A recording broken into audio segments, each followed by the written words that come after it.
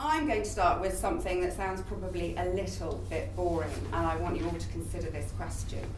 And I'm also going to fire with you with a bunch of information right now that may also seem quite boring, and you may wonder why it's relevant. Does anyone know the answer to this question? How many private sector small businesses are there employed and self-employed are there in the UK? Anyone got an idea? And I know a couple of you know the answer, so please don't answer. 7.2? No? 5.7. It's 5.7. So according to the FSB, or Federation of Small Businesses, there are 5.7 businesses in the UK. They are turning over about 16.1 million for 60% of the market, the small business areas. Small businesses also account in that number for 93% of the overall factor. So there's about 7,500 large-scale businesses out there. The other fact that I wanted to draw your attention to is since 2016, about 200,000 small businesses have set up. Most of those were single owners, so they weren't employing other people. Beyond that, I think I wanted to look at why these numbers were particularly important to this as a group. We're all creative and we're working in technology, mostly I think in film. So why would this be relevant to us? We've got a lot of contractors, we've got a lot of freelancers, self-employed people out there. Industry is booming, there is a lot of growth. It's relevant because 95% of startups fail. And most of us like to think that we're not going to be the one that's going to fail. We want to be the ones in the 5% that move forward. So I wanted to share some tips today in terms of trying to be in that 5% and not the 95%. Because these are big numbers, and if you're employing people and your startup fails, then you're affecting obviously not only your own lives but other people's lives. And I think that's one of the reasons why we wanted to talk about how you grow and scale your business, but also the productivity elements that come with that in terms of making sure that you can be efficient with your team. So, let's get over the boring stuff. You are probably somewhere along this line. I'd like to take a quick poll and if you can just stick your arms in the air. I know that this is obviously a creative industry, so who is in creative and film and design? Okay. Who is in other, like fintech or govtech, regtech, health tech? Right, a couple of others. Great. Okay. How many of you have been running your businesses for up to 12 months? Okay, a few of you up to. And beyond, so let's say 1 to 3 years. Anybody else? Okay, and who is self-employed, so no other employees in your business? Okay, so we've got quite an interesting set of people here in the room. I wanted to do that because I think when you're talking about growth, there's a lot of people here in the room, particularly, so I can frame it properly, but there's a lot of people here in the room who are actually in that really, really early stage of startup and spin-offs from other businesses. We've all got to consider how we're going to scale our businesses and be successful so we don't fall into that 95% of failure category. How do we then distinguish ourselves between each of these categories? It's mostly around the transition for growth phases. So as you go through each of these phases, you are going through a major transition curve.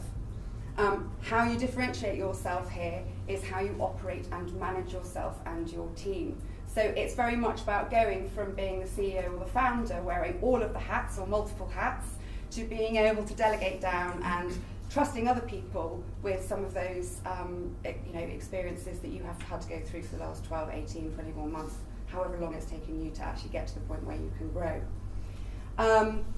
So it basically means that as you go from left to right, you are becoming, as a leader and a founder, more of a strategist and an evangelist for your business, rather than just the only person who's doing all of the work. Right, next question for you. My slides do, by the way, come with a terrible health warning. If you're a creative, you will hate the design and layout of my slides. I am not here to try and impress you with my creative skills. So, which one is the odd one out? We know we're talking about growth and scaling. So we've got the Tetris, which is multiple pieces of the puzzle fitting together, lots of different ways, constantly expanding, can be reorganised in multiple different ways. We've got the fat cats. So these are the big corps who've already gone through their growth curves. They're constantly adding weight and size, and they're probably in a relatively, unless you're talking about Carillion perhaps, they're probably in a relatively stable position. We've got the Coyote and Roadrunner. So this is typically businesses running to catch up with themselves, businesses expanding very fast. You might be an e-commerce or a trending kind of community site, for example, and you're expanding fast. Or you've got the balloon, which is much more around a single product or service model, or a linear business model, which obviously you've got some limitations there with balloon constantly expanding, but you're very clear on your product and service. So which one do you think is the odd one out?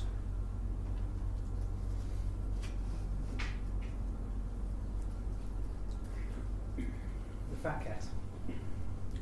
The fat cat is certainly the odd one out because he's already made it, but in terms of successful businesses, yeah, I think depending on which standpoint, it could be the balloon because you could grow and grow and grow and you could burst. So yes, there is that.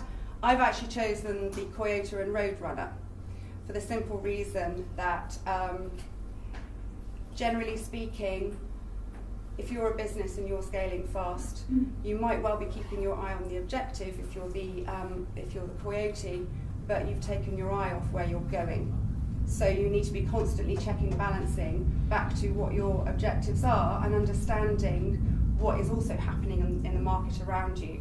So if you're the Coyote in this instance, then you haven't been doing that and you're falling off the cliff. So your business is about to fail. So quick overview in terms of growth. Wikipedia/Oxford Dictionary says it's something that has grown or is growing or in the process of increasing in size. There's obviously, in terms of business, it's either growth is organic or inorganic. If you're organic, you're obviously expanding your business with products and services, and you're driven by market need and customer need. If you're inorganic, you're probably going through the kind of M&A process. So we're really only talking about organic growth here. So when we're talking about growth, we're talking about more of what specifically. We've got the linear business models. We talked about balloons. You know that balloon might pop, so you add different colours of balloons, different products and services, but it's all of the same theme. So it might be, you might be a shoe store and you add different collections and ranges of shoes. You know, you specialise in your one thing. It's great, it's expandable, you know your marketplace, you know your audience, and you know your product. The modular one is very different products, services, or facilities. It's constantly evolving, and you've got to constantly refactor your business model, usually, to maintain your products and services. You will probably all have a very clear idea of which category you fall into across these two. It may be that you're actually also doing some M&A, but I probably doubt it if we're all in sort of startup and scale-up phase in this room. But it might be part of your growth plan later, so it's something to think about. I just wanted to touch on those just so that we can kind of keep it simple and so that you can start identifying where your business falls in these sorts of growth models. Right, don't know how many of you can see this, but this is the top 20 reasons why startups fail. This was put together by CB Insights at the beginning of this year, earlier in February. Top 10 are no market need, ran out of cash, not the right team, get out competed, pricing and cost issues, user-unfriendly products, products without a business model, poor marketing, ignoring customer and their needs, and product mistimed. So they're just the top 10. There's another 10 there that include things like lacking passion, losing your focus, didn't use your network, you're burning yourself out because you're trying to do too much as a CEO or founder.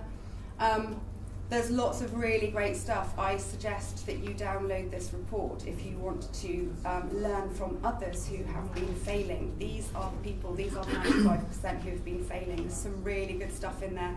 They've got quotes directly from small businesses who have gone pop. So do go and have a look. It's CB Insights. I think one of the things that I wanted to draw attention to with this, though, is that for me there were sort of 4 or 5 key areas. One is your marketplace and your customer need. Most startups fail when they are not solving a market problem. This is a direct quote. We were not solving a large enough problem that we could universally serve with a scalable solution. We had great technology, great data and shopping behaviour, great reputation and as a thought leader, great expertise, great advisors. But what we didn't have was technology or business models that solved the pain point in a scalable way. That was the top quote for failure. Another couple of ones, tackling problems that were interesting for the individual to solve rather than a customer need. That was a 42% failure rate. So knowing your marketplace is really important. Make sure you're solving a problem for your customer. Make sure you go and test and do the research. Run prototypes, run pilots. Do whatever you need to do to get that feedback to make sure that you can flex and adapt your models. Not being out-competed. So this was an interesting one. Make sure that you know what your competitors are doing. 20% said that they didn't know what their competitors were doing. Lots of people ignore their competitors. Why would you do that? Maybe they're providing a solution, but maybe they're doing it successfully. You don't have to differentiate yourself all the time. Actually, differentiation can be a killer. Time and money. So this is a big one. When you get your funding, what do you do with it? Not everyone always knows how to allocate their cash. So if you go through your funding rounds, make sure you're getting the expertise to come in and help you advise with how you're allocating your cash. And then team. So I talk a lot about this a little bit more, but CEOs and founders typically found that as they started to expand their businesses, finding the right skills, spending the time hiring, then training, and then handing that responsibility off and devolving that responsibility into their teams was their biggest single challenge from their internal perspective. It's about trust. But you have to be able to trust these people, and you will fail sometimes. I know a CEO. She's running Linky Law, in fact, who they give fantastic packages for startups and scale-ups. She's been through lots of different people in lots of different roles to find the right people that fit, and it's been painful for her. But she said she's had to keep on giving it the time because she knows then that the processes and the communications and the brand is being lived by the people who she's hiring. But it's tough.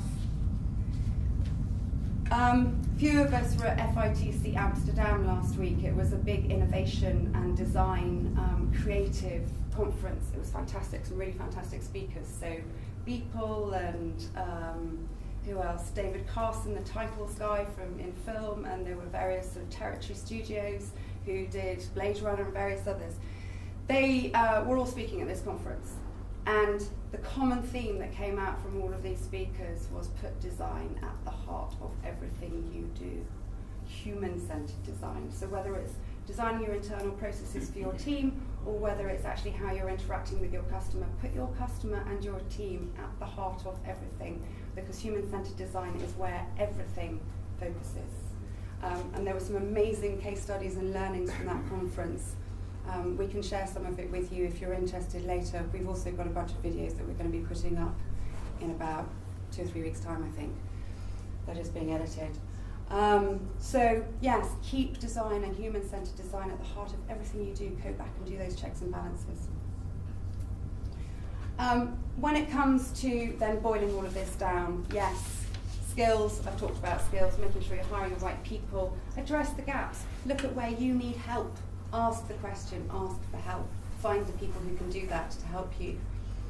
Information gathering, so this is about going back and asking what you don't know. Look at all parts of your business, constantly interrogate those gaps, because those are the gotchas. Those are what came up on that list of 20 things when you could fail.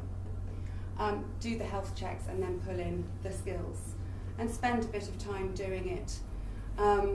it's not just time, it's timing too. So think about when you're going to jump. Are you ready to jump? Where are you jumping? Who are you jumping with? Okay, so all tips hopefully that will be helpful in terms of how you stay focused on your goal and your objectives. So then I just wanted to go through in terms of the kind of what I think are the top 7 checklist items within your business if you're building your organisation, you're starting to hire and you're scaling and you're going through that growth phase.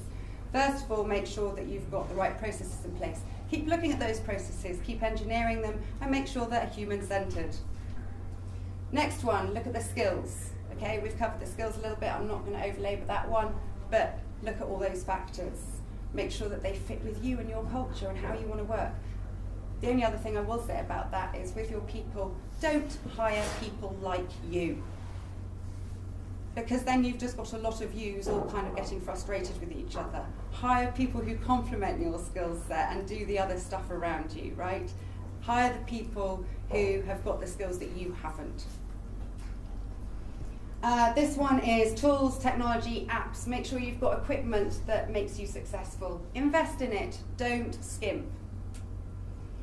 Marketing strategy, this is one that a lot of people blow out, okay? They all, when money becomes tight, they don't put a marketing strategy together. This is your go-to market strategy. This is how you're going to reach your customers. This is how you're going to communicate with them. Make sure you've got one.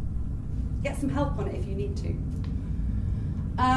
This little dude is my product clarity. So make sure you've got your product clear and you know exactly what he's there to do. Whether it's a product or a service or a facility that you're offering, then be really, really clear on your product offering and make sure it fits with your marketplace. This one is clarity, vision and focus within your team to the marketplace. So make sure you understand that you've got a team who are on message with your sales force. If you've got somebody else helping you with business development, make sure they're saying the right stuff, but have that clarity around that. And finally, make sure you've got the cash and the investments so that you can actually support all of those activities that we've already shared to be able to go through those transitions and those growth curves. So forgive the imagery and the horribleness of this. I'm sure somebody could design this much better for me. But yeah, I think hopefully that just gives you the top 7 areas. Before I start wrapping up, I just wanted to show you something. This is a Gartner extract. One of the reasons I wanted to highlight this is if you look closely at this, there's not actually an awful lot of difference between 2017 and 2018 in terms of what they're predicting the trends are. There's a couple of standouts. On the right end of the digital section, you've got cloud to the edge. I have to confess, I'm not really very up on all of that, but I'm sure it's really important. And then I think there's a couple of other things that have kind of dropped off the left-hand side. So why am I calling this out in terms of market trends? We all work in the industry, we've all got a lot of stuff going on, we've got our product areas, we're probably very clear on what we are doing and why we're serving the market need. I think the main thing for me on this was that you've got to keep your finger on that marketplace pulse. Stuff is subtly changing all of the time, and it's very easy to take your eye off that ball. If you don't know what's going on with those subtle changes and what your competitors are doing, you can get back into that coyote position where you're falling off the cliff because you haven't been keeping abreast of what's going on around you. I think the other thing it also highlights is if something is sticking as a trend or not. So we know about VR and AR. There's a lot of amazing stuff going on within film with a lot of the immersive experiences stuff. Raj, I know, is working on immersive experiences. There's a lot of stuff going on in the industry around blockchain and ledger stuff and how that's going to move forward. Blockchain is going to be here for a while, but it's going to be totally superseded by something else. That's going to be the big thing coming up behind it. So it's about looking at what's sticking in the marketplace, and it's about understanding why that's important to you and your product and services, your industry, your creative industry, what it is, whatever it is that you are serving your customer with. So making sure that you understand your customer and marketplace is vital for survival, really. So just to wrap up, really, I've said a lot of the stuff around moving from multiple hats to building your team. I'm not going to go back through this, but I think I've given you a lot of the kind of the tips in terms of the do's and don'ts for scaling your team and making sure you've got all the right tools in place. Remember that as you go through that growth curve, you are very much moving more into the strategist and evangelist role, and you are devolving a lot of your responsibilities and a lot of those hats into other people's heads. You're giving them those responsibilities. So being able to get the right help in to help you and make decisions and clarify stuff is really, really important to the CEO. The ones who fail are the ones who try to do everything themselves. And I've seen it time and time again.